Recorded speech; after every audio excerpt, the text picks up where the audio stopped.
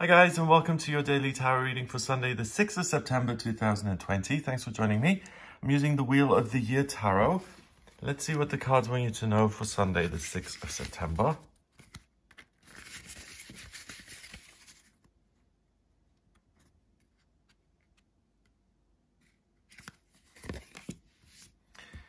Okay, we've got the Knight of Chalices, that's the Knight of Cups. The Princess of Swords. And the Wheel of Fortune. Wow. So we have young love. The knight meets the princess and off they go into their wonderful future. Or we have an existing relationship between two people who aren't particularly experienced in the world of relationships. So people who have recently met or people who meet today. And together, their fortunes change. So by being in a relationship, they get to the center of their life or this new kind of permanent thing, and the seasons turn around that.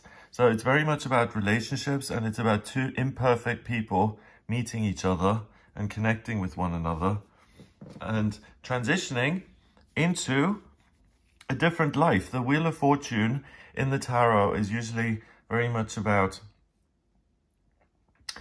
the positives and the negatives, and it's about a transition period in your life, and it's all about recognizing duality on this planet, so the oceans and the land, and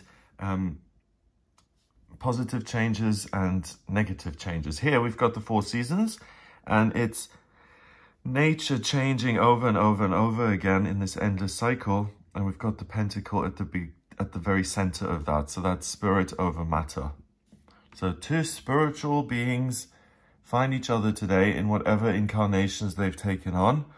And this is a relationship that's going to stick. So for a lot of people today who are watching this, congrats, love is in the air, so make the most of that.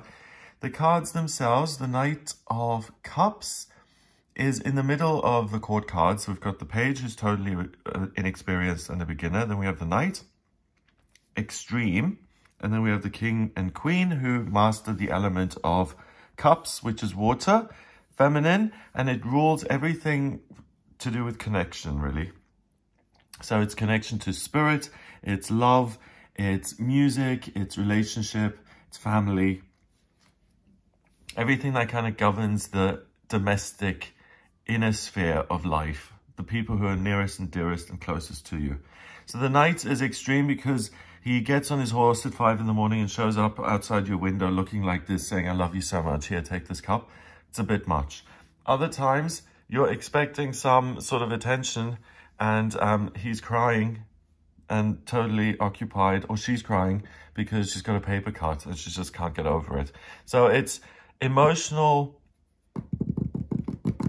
I'm thinking a vagabondism, like emotional recklessness.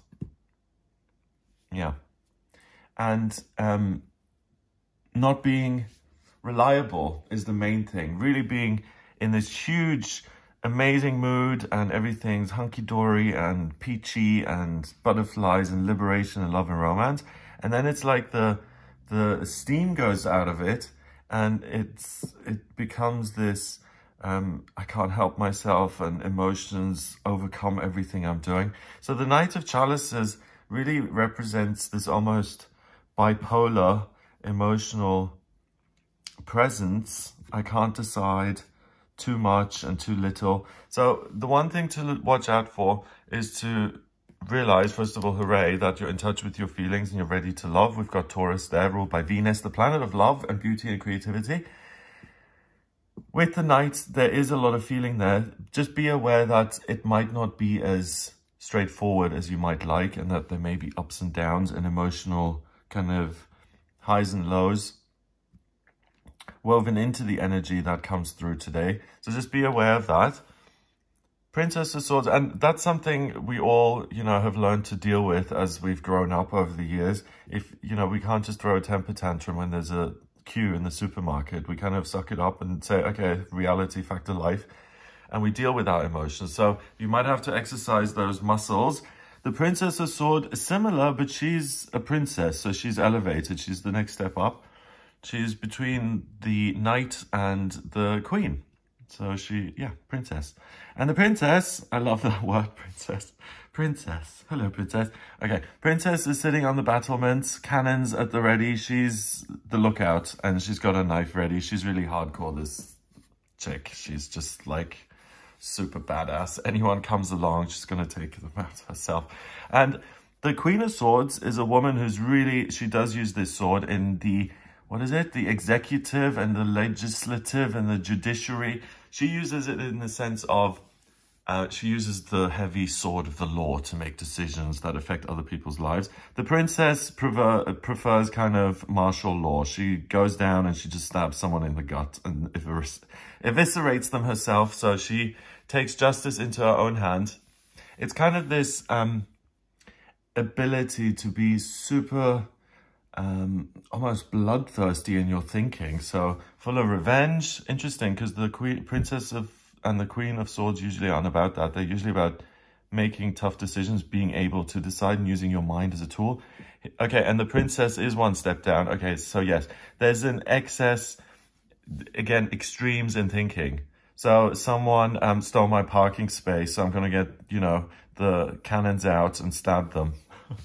It's like that film, I thought about this yesterday. It's hilarious.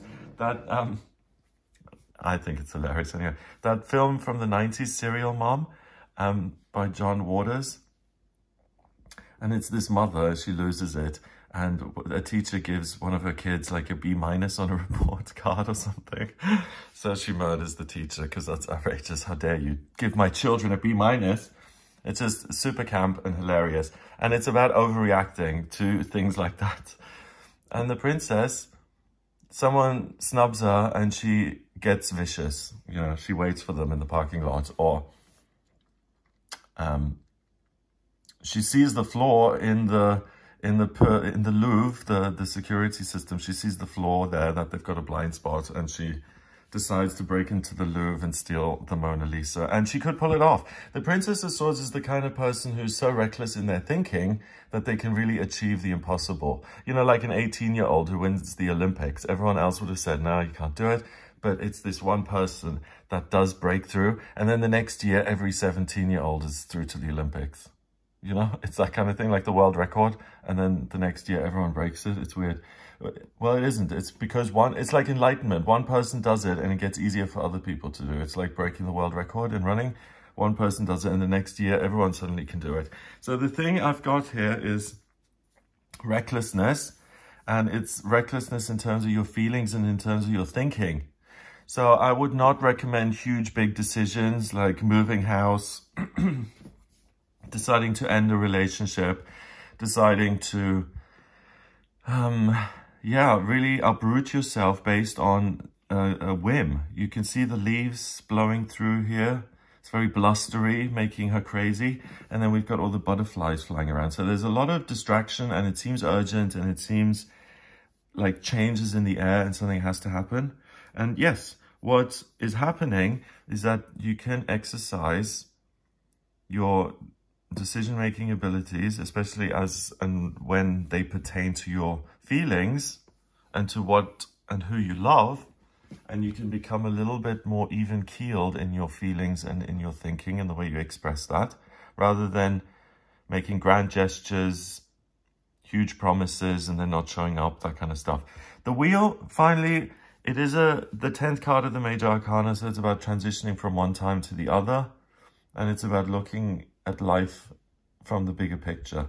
You're going to have lots of seasons in your life, but this is a temporary energy that comes in, and it teaches you how to get on with other people, how to see the similarities between you and other people, and how you can grow with other people. You don't just need to meet perfect people to make friends. People change, people... the whole human experience is that we are imperfect and flawed. So today is a great day to be tolerant towards other people.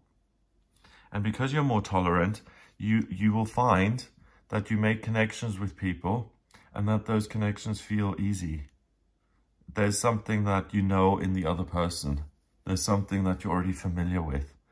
So watch out particularly for someone like that who you share something with in common. So whether it's looking at the world a certain way or having the same childhood experience of going to boarding school, it's something that just feels natural between you and another person that you can bond over.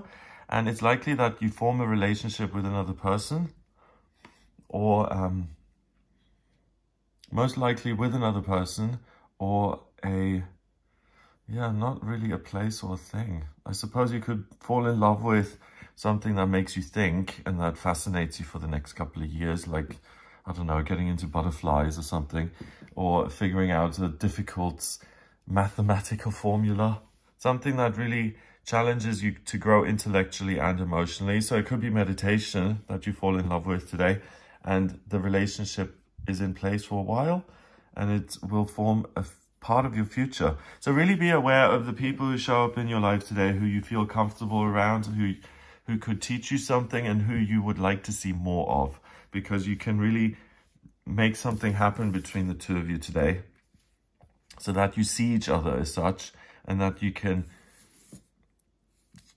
intertwine your futures, your destiny, so that you can both live with one another and share each other's company and your insights, and you can teach each other, and it's really about making a new connection in life.